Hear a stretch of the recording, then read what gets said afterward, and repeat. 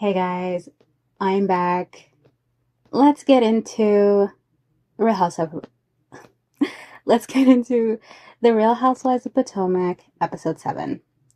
So all the ladies have returned from Nevis. Everyone's getting settled in, and we're opening up with Tia. We open up with Tia, and we get to see Tia's mom on a Zoom call, and they're at their house, and we see Tia's kids, and her mom is saying that she's going to give her a surprise. Then we pan to the next scene, which is Potomac royalty, okay? Monique is back. And I'm so happy to see Monique, guys. Like, I love Monique. I missed her. Like, truly missed Monique. Like, the altercation that happened with Candace was unfortunate. But I missed the certain flair that Monique had brought to the group. So now Ashley has shown up at Monique's house, and they are still close since they've met each other from Monique being on the show previously. And just an update on Monique. Monique is now divorced, I believe, from her. Yes, so she is currently divorced from her ex-husband, Chris Samuels. So she's over at her house, and I'm just interested to see what they're going to get caught up on. Okay, so the ladies sit down for some drinks, and they just get caught up. They discuss the group and get caught up on what the ladies in the group are doing and what they're up to. And then Ashley proceeds to invite Monique to her Pride event. Now, I don't know if they're planning on bringing back Monique full time to Housewives of Potomac, or just keeping her on as like a friend of type of thing. But either way, it's good to see her. So then, next up we're with Wendy and her husband Eddie, and they are renovating their entire house.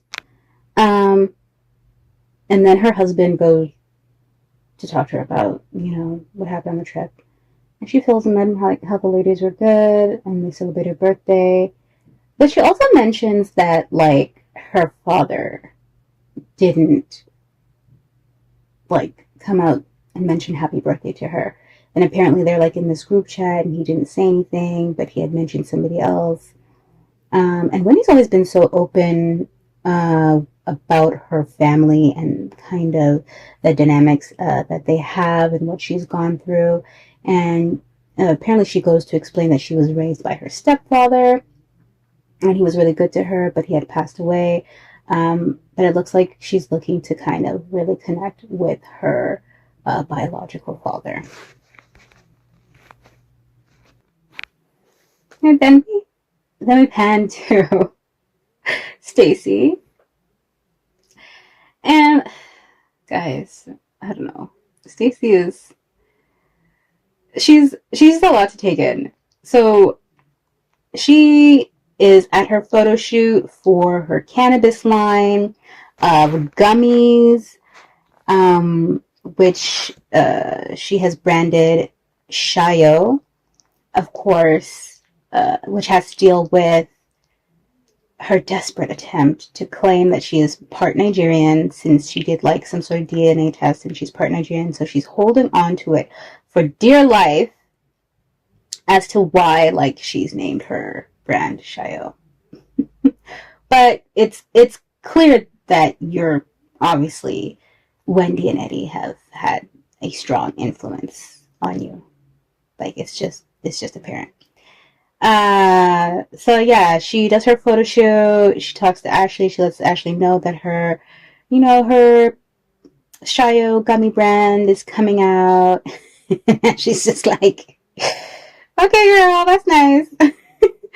Obviously, you're copycatting, but okay, sure, do your thing. So they end there, and I guess now we're we're seeing, yeah, we're seeing Angel going out for lunch, and she's catching up with her sister. So we actually get to see her sister. Now, Angel proceeds to update her sister on, I guess the trip, and that she's been hanging out with these ladies, and she completely embellishes the whole picture incident that happened with Giselle, when Giselle mentioned to her that, like, hey, I just noticed that these pictures of you didn't look like yourself. And of course, Angel is still in her feelings. She's kind of like very insecure, and she can't seem to take a little bit of shade. Not even, because I don't even feel like Giselle was really shading. Like, the picture did really not look like her, if you saw the picture. But yeah, she proceeds to tell her sister, that she was embarrassed, and like, look at these ladies and like what they do and what they look like, and they're always editing their photos, and she's like really kind of like, going in on them a little bit. But I don't know how she's going to navigate this group if she's so sensitive, especially about something really, really small, because reality TV, like being on these shows, if anything happens within her life, they're going to dig, and it's going to get cutthroat. And if she's already crumbling from a little piece of from someone saying that your photos don't look like you, girl, you can't handle this group. You might as well just check out. You might as well just leave and like go cry on your pillow, because they could do so much worse. They could say so much worse. The amount of pressure, you have to have like a really good backbone, but you also have to be able to dish it as well. So, good luck to Angel. Yeah, that being said, so now we've ended that scene, and we're on to at Tia's house. And of course, when Tia was away on the vacation, she had missed her daughter's birthday. So she's getting caught up with her husband and her girls about the birthday party. And there seems to be like that there was like maybe a little incident at the birthday party. And I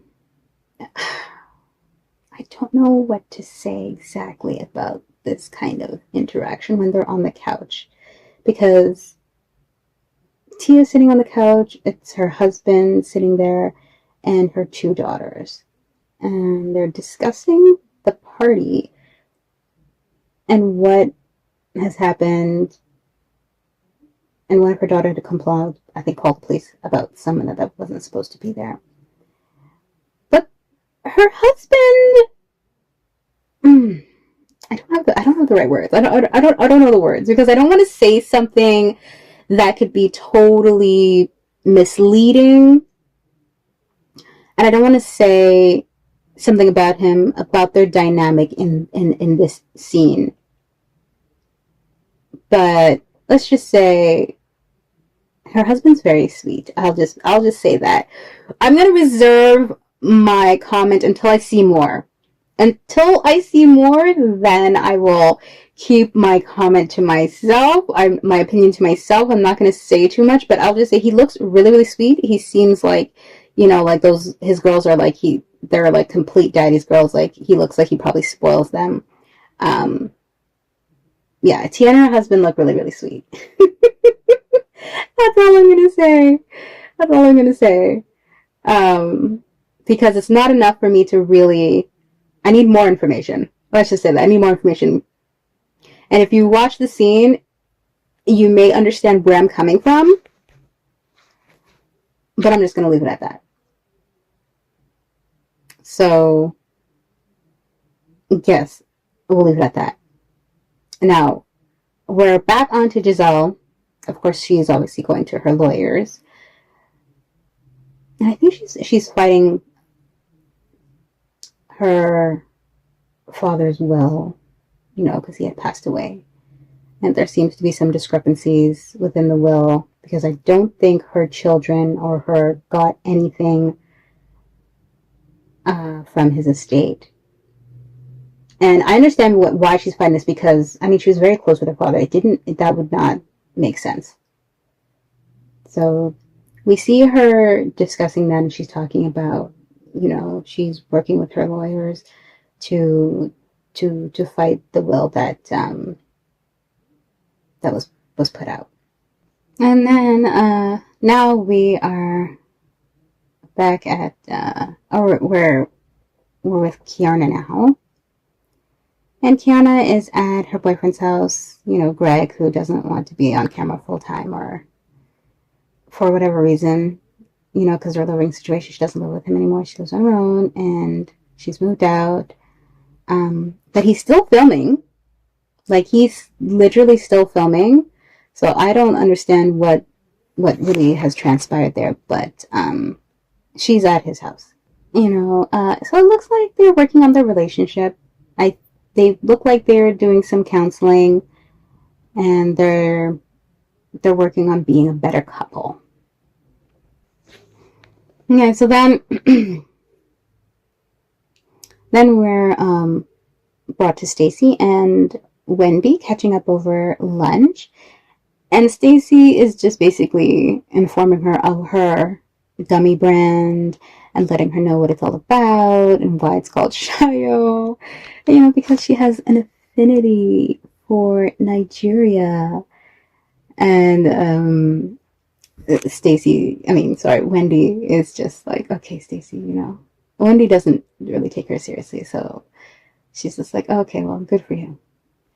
And then obviously the ladies are heading off to Jazzy's wedding, and it looks really beautiful. Honestly,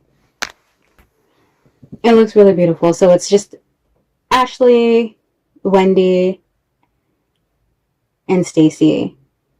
Yeah, so the ladies do show up for her, and they see her walk down the aisle, and it's very sweet. It's nice. And then enough of that, guys, because now we are off onto Pride, and we are all back on to the shenanigans. And I love when the ladies get up to shenanigans, okay? I love when they party. I love when they get together and have a good time. And this is what we love to see. We are at the bar, and everybody shows up to support Ashley. And Ashley shows up in her, what I'm assuming is her drag, her alter ego, Ash Top. And she starts basically handing out t-shirts with, like, she's come up with drag names for everybody.